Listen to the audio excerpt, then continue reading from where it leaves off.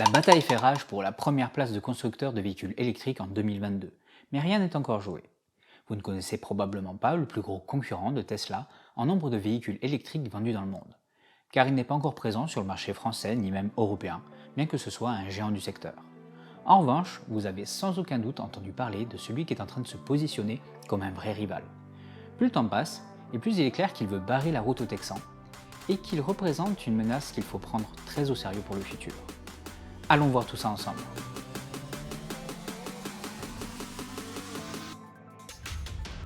Tesla est bien connu pour ses véhicules électriques car ils ont avant tout le monde pris au sérieux un marché qui ne motivait absolument personne dans l'industrie. On peut d'ailleurs légitimement se demander où en serait le véhicule électrique aujourd'hui sans eux. Si on ajoute à cela une grosse touche de fun, de pop culture et enfin un dirigeant encore plus iconique que les marques qu'il représente, vous avez une formule taillée pour le succès. Néanmoins, tout n'est pas parfait sous le soleil du Texas, loin de là. Il y a donc de la place pour la concurrence et pas mal d'améliorations. Depuis quelques temps déjà, les forces s'organisent avec l'émergence de nouvelles marques, de start-up, dont la montée en puissance s'est nettement accélérée en 2021. Les portes de l'Europe s'ouvrent à des marques qui n'auraient jamais été envisagées par le consommateur auparavant. Le marché automobile est en pleine révolution. Une entreprise qui l'a bien compris, c'est un géant de la tech qui bénéficie maintenant d'une place de choix dans le cœur des consommateurs. Après quelques années passées à apprivoiser le marché européen et français avec de nombreux produits, Xiaomi Corporation a créé une toute nouvelle branche en mars 2021. Son activité tournera autour des véhicules électriques. La Xiaomi EV Company Limited a été dotée d'un capital de 1,5 milliard d'euros. Si certains en doutent encore, on sait qu'ils prennent ce projet très au sérieux, avec déjà 10 milliards de budget validé sur les 10 prochaines années. Mais en fin de compte, pourquoi Xiaomi pourrait devenir un concurrent sérieux de Tesla alors qu'il existe des sociétés comme Mercedes, Lucid ou Rivian pour ne citer que? Pour commencer, Xiaomi est une tech company qui bénéficie d'une solide expérience de 12 années dans des domaines aussi divers que la programmation, le big data, l'intelligence artificielle, le machine learning. Ils ont donc de grosses compétences dans des domaines où Tesla s'est fait une place de choix pour séduire les amoureux de la tech. Xiaomi a ensuite dévoilé son plan pour créer dans un premier temps 4 véhicules électriques, dont le premier sera une berline 4 portes, un véhicule plutôt spacieux qui correspond aux tendances actuelles, avec une fourchette de prix plutôt large. Elle débutera, si on en croit ce qui est annoncé, à un niveau jamais vu auparavant, avec une entrée de gamme à 21 500 € qui pourrait monter jusqu'à 47 000 € pour le plus haut de gamme. Pour référence, la porte d'entrée des véhicules électriques se situe généralement autour de 40 000 €. C'est l'information majeure sur laquelle il faut s'arrêter dans un premier temps, car au-delà d'autres points que je vais aborder plus loin, l'une des barrières à l'adoption de masse des véhicules électriques, c'est l'accessibilité, le prix d'achat. S'ils arrivent vraiment à fournir un véhicule à la fois fiable et pratique à ce prix-là, ils vont créer une véritable révolution, ouvrant le marché des véhicules électriques à une toute nouvelle classe. Le prix est une barrière physique importante, mais la barrière psychologique l'est tout autant, si ce n'est plus. L'autonomie et la peur de tomber en panne d'électricité sont de vrais problèmes. Alors vous vous rappellerez peut-être, lorsque début mai, Lucid avait annoncé sa voiture, la Lucid Air Dream, dotée d'une autonomie de 900 km. Elon Musk n'avait pas tardé à répliquer sur Twitter, argumentant qu'il n'y avait aucun intérêt à avoir une autonomie de 1000 km dans le cadre d'une utilisation normale. Argumentant que pour obtenir ce genre de capacité sur une Model 3, il faudrait emporter plus d'une tonne de batterie. Autant c'est un argument plutôt sensé dans la pratique, autant ça ressemblait plutôt à la réalisation que la concurrence allait bousculer Tesla, qui était confortablement installé jusque-là. Étant un frein majeur à l'adoption des véhicules électriques, produire une voiture avec une grande autonomie n'était pas une si mauvaise idée que ça. Depuis, Mercedes, BMW et Sony ont annoncé des véhicules avec une autonomie de 1000 km, et bien d'autres leur emboîtent le pas, tout comme Tesla. Il existe un second point noir, le temps de rechargement, qui vient encore plus renforcer l'angoisse de l'autonomie. Avec les véhicules électriques, il faut être honnête, c'est pas toujours facile à évaluer. Xiaomi, vous l'aurez deviné, a également annoncé une autonomie de 1000 km pour son modèle le plus haut de gamme. Néanmoins, cette information est à prendre avec des pincettes, puisqu'elle a été mesurée avec un cycle CLT utilisé en Chine, qui est typiquement plus tolérant de 15 à 22% par rapport au cycle WLTP européen. Pour plus d'infos, je vous ai fait une petite vidéo. En revanche, là où les choses deviennent vraiment plus intéressantes, c'est que la technologie Qlin, NMC Technology, développée par CATL, permettra de passer de 10 à 80% de charge en seulement 10 minutes. Sachant que pour faire le plein d'essence, il faut en moyenne 5 minutes, 10 minutes seulement pour rajouter 70% de capacité à un véhicule électrique, ça commence à réduire l'écart de manière significative. Pour rappel, aujourd'hui, il faut typiquement 30 minutes à une Tesla pour réaliser la même opération. Alors, est-ce que Xiaomi saura tenir ses promesses? On aura a priori pas trop longtemps à attendre pour le savoir. S'ils arrivent à faire obtenir l'autorisation de fabrication de véhicules électriques, auprès de l'autorité de régulation chinoise, la commercialisation de leurs véhicules démarra en 2024. Vous vous en doutez, mais les choses ne s'arrêtent pas là. Avec le rachat de DeepMotion Tech, Xiaomi a créé une division composée aujourd'hui de 500 personnes, auxquelles ils ont alloué un budget de 500 millions d'euros pour développer leur conduite autonome maison. Leur ambition de développement les mettra en concurrence directe avec les ténors du domaine. Pour y arriver, un budget additionnel de recherche et développement est prévu à hauteur de 3,3 milliards d'euros. Quoi qu'on entende un peu partout, en dehors de Mercedes et Audi qui proposent du niveau 3, le niveau maximum disponible et autorisé jusque-là était du niveau 2, y compris chez Tesla. Ce qui en soi n'était pas vraiment un problème, vu que le niveau 3 était autorisé en Europe pour la première fois depuis le début de l'été. Et en France, il ne l'est que depuis le 1er septembre. Donc, tous les modèles plus évolués étaient bridés.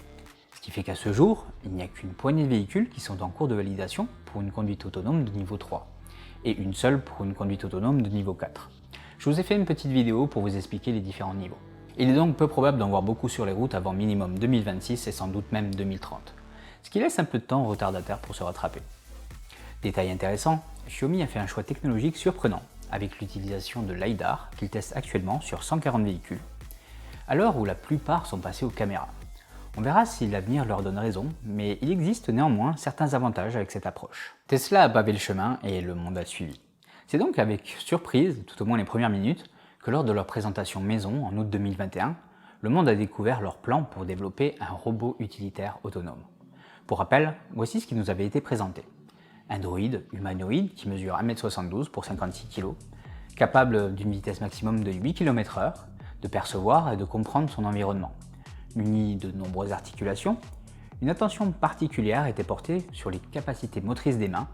Il pourra porter 20 kg, en soulever 68 depuis le sol et tenir à bout de bras une charge de 5 kg, capable donc de faire des tâches ennuyeuses, pénibles et répétitives.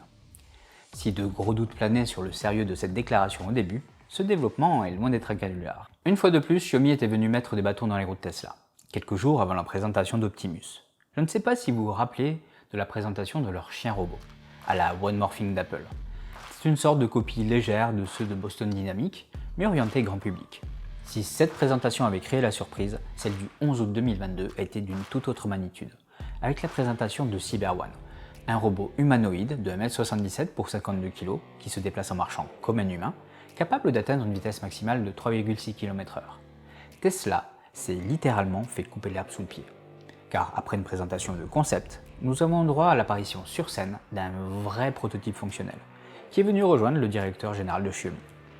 Même si ces interactions étaient limitées et qu'elles pouvaient très bien être programmées, ils ont prouvé au monde que leur développement était déjà bien avancé, peut-être bien plus que leurs concurrents. Après ça, il est difficile de ne pas penser que Tesla a décalé la présentation de leur avancement suite à cet événement.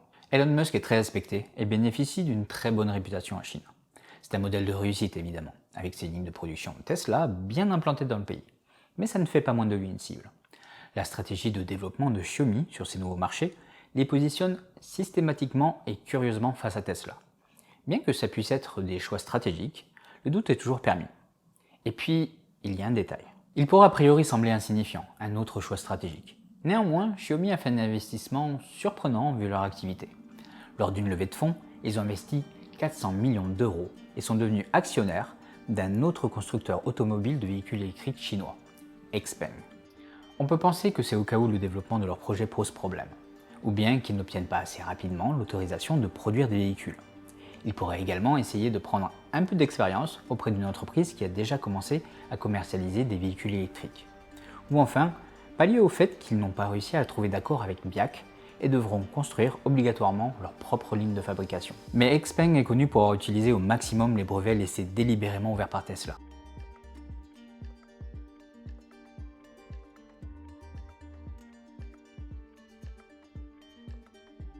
Au point où ce sont des copies qui sont à la limite du plagiat, avec des designs intérieurs comme extérieurs qui ne laissent aucun doute possible sur leurs origines et rappellent nécessairement les contrefaçons.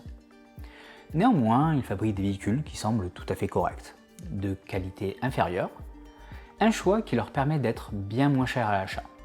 Au final, tout le monde est gagnant. Seulement, d'autres événements sèment le doute sur leurs bonnes intentions. En 2019, Tesla avait porté plainte contre Guan Zhicao, un de leurs anciens employés, qui travaillait sur la conduite autonome.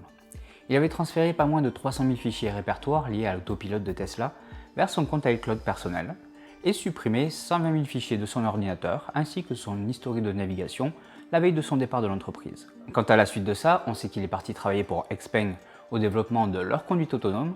C'est une curieuse coïncidence qui rappelle en plus des faits similaires opposant Apple à Xpeng, qui aurait essayé d'embaucher un de leurs anciens employés qui avait aussi volé des fichiers sensibles. Ça fait quand même pas mal de coïncidences. Aujourd'hui, cette affaire est classée sans suite, Tesla n'ayant pas réussi à faire valoir la culpabilité d'Xpeng. Néanmoins, le doute est toujours permis. Ce qui n'est pas le cas pour Xiaomi, qui de par sa stratégie et ses investissements, démontre qu'il est déjà un rival sérieux de la marque côté emblématique, qui est déterminé à venir concurrencer Tesla sur de nombreux marchés. Le monde du véhicule électrique devra compter avec Xiaomi à partir de maintenant. Et au final, c'est plutôt une bonne nouvelle de voir des concurrents sérieux venir se positionner au fur et à mesure que le temps passe. Car au final, la concurrence fait avancer les choses, et c'est nous qui en bénéficions à la fin. Dans ma prochaine vidéo, qui se trouvera ici quand elle sera disponible, je ferai une mise à jour sur les véhicules à hydrogène, et en attendant, Google pense que vous pourrez aimer celle-ci. Je vous remercie d'avoir regardé, si vous avez apprécié ce moment passé ensemble, vous pouvez liker, ça fait toujours plaisir, et on se retrouve dans les commentaires pour discuter. Vous pouvez également vous abonner pour ne rien louper des prochaines vidéos. Je vous souhaite une excellente semaine, et je vous dis à très bientôt pour démêler les connaissances. D'ici là, prenez soin de vous, et prenez soin des autres.